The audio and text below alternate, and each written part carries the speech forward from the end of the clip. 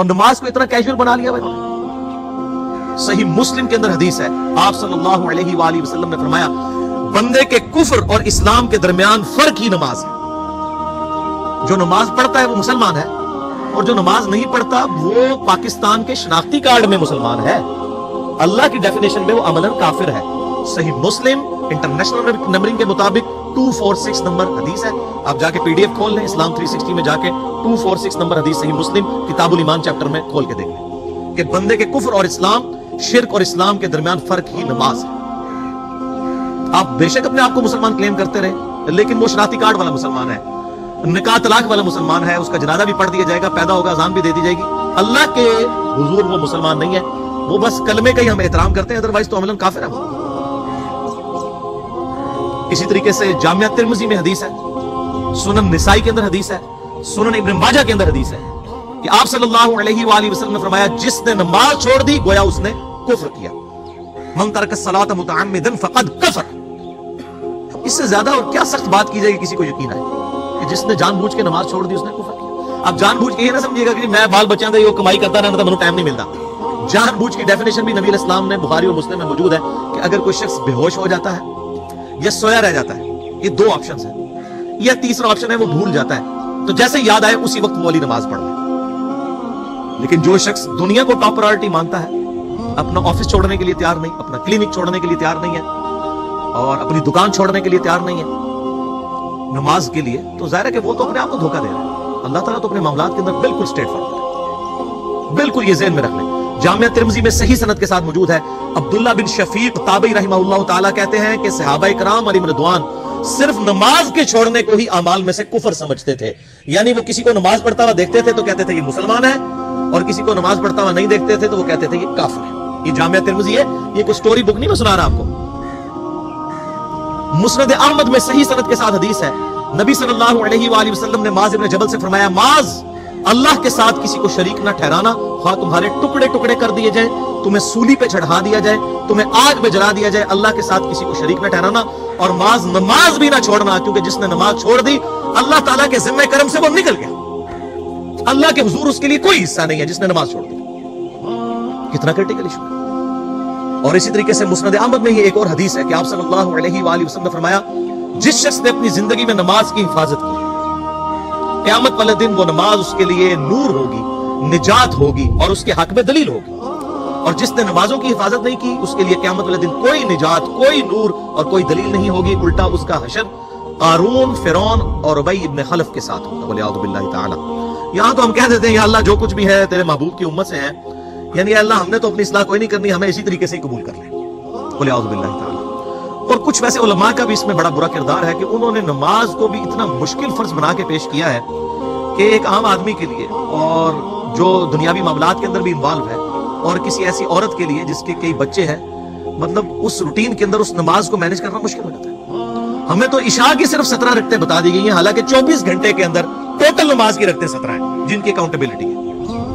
और मैं बड़े यानी वसूख के साथ एक जिम्मेदार मुबल्लिग की हैसियत से ये बात कर रहा हूं। आप सही बुखारी और सही मुस्लिम खोल के देख लें, फर्ज नमाजों की तादाद जो है वो 5 आई है, और उनकी रकतों की तादाद भी बयान हो गई है। फजर के 2 फर्ज, जोहर के 4 फर्ज, असर के 4, मगरिब के 3 और इशा के 4, और सफर में सारे 2-2 फर्ज हैं, मगरिब के 3। ये टोटल 17 रखते हैं जिनकी अकाउंटेबिलिटी, बाकी जितना गुड़ पाओगे उतना मीठा, वो सारी नफली इबादत है। वो बुखारी और मुस्लिम दोनों में हदीस है, जिसने फर्ज के अलावा 12 रकतों में इस्तकामत की, और वो 12 रकतें आप सल्लल्लाहु अलैहि वसल्लम ने पढ़ के भी बताई। और उम्महातुल मोमिनीन में से सैयदा आयशा ने, सैयदा उम्मे सलमा ने, सैयदा उम्मे हबीबा रदियल्लाहु अन्हुन ने रवायत भी की कि 2 फजर से पहले, 4 जोहर से पहले, 2 जोहर के बाद, 2 मगरिब के बाद, 2 इशा के बाद, ये 12 सुन्नतें मुअक्कदा, जिसने ये पढ़ी उसे जन्नत में महल मिलेगा। अगर कोई नहीं पढ़ता तो गुनहगारी वाला मामला कोई नहीं है। इसी तरीके से इसके अलावा एक और वितर की नमाज है जो सुन्नत मुअक्कदा है। वो सैयदना मौला अली रदियल्लाहु ताला अन्हु अलैहि सलाम का कौल है कि वितर सुन्नत है, सुन्नत है, सुन्नत है, मगर इसे मत छोड़ो। है सुन्नत है लेकिन ताकीदी है। आप सल्लल्लाहु अलैहि वसल्लम ने सफर में भी वितर और फजर की 2 सुन्नतें पढ़ी हैं, लेकिन ये सिर्फ अफजलियत के एतबार से ताकीदी है, इनकी काउंटेबिलिटी कोई नहीं है। अलबत्ता ये जरूर है, सुनन अबी दाऊद में एक हदीस है कि जिसकी क़यामत वाले दिन फर्जों में कोताही निकल आएगी तो अल्लाह तरफ फरमाएगा मेरे बंदों की जो नफली और सुन्नत इबादत है इसको तोल लो और फर्जों के इक्विवेलेंट कबूल कर लो। तो आप अगर यानी सुन्नतें पढ़ेंगे तो इसके इक्विवेलेंट नफलों की कोताही पूरी हो जाएगी, अदरवाइज अकाउंटेबिलिटी इसकी कोई नहीं है। इस ज़हन में रखिएगा। सही बुखारी और मुस्लिम दोनों में हदीस मौजूद है। एक सहाबी आए, उन्होंने कहा या रसूलुल्लाह सल्लल्लाहु अलैहि वसल्लम, मैं जन्नत में जाना चाहता हूं, मुझे कोई शॉर्टकट बता दे। आप सल्लल्लाहु अलैहि वसल्लम ने फरमाया इस्लाम लाने के बाद नमाज, फर्ज नमाज को कायम रख।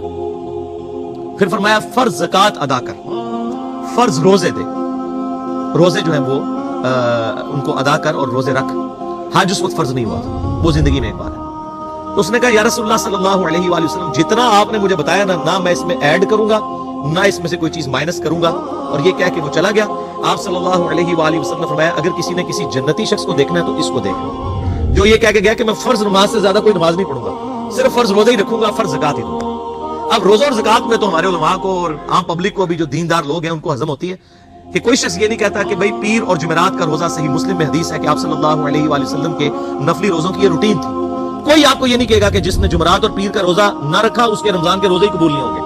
वो कहता है क्योंकि उनको पता वो नफली है। इसी तरीके से ज़कात तो सिर्फ 2.5% है ना, बाकी तो नफली सदकात है जितने मर्जी दे।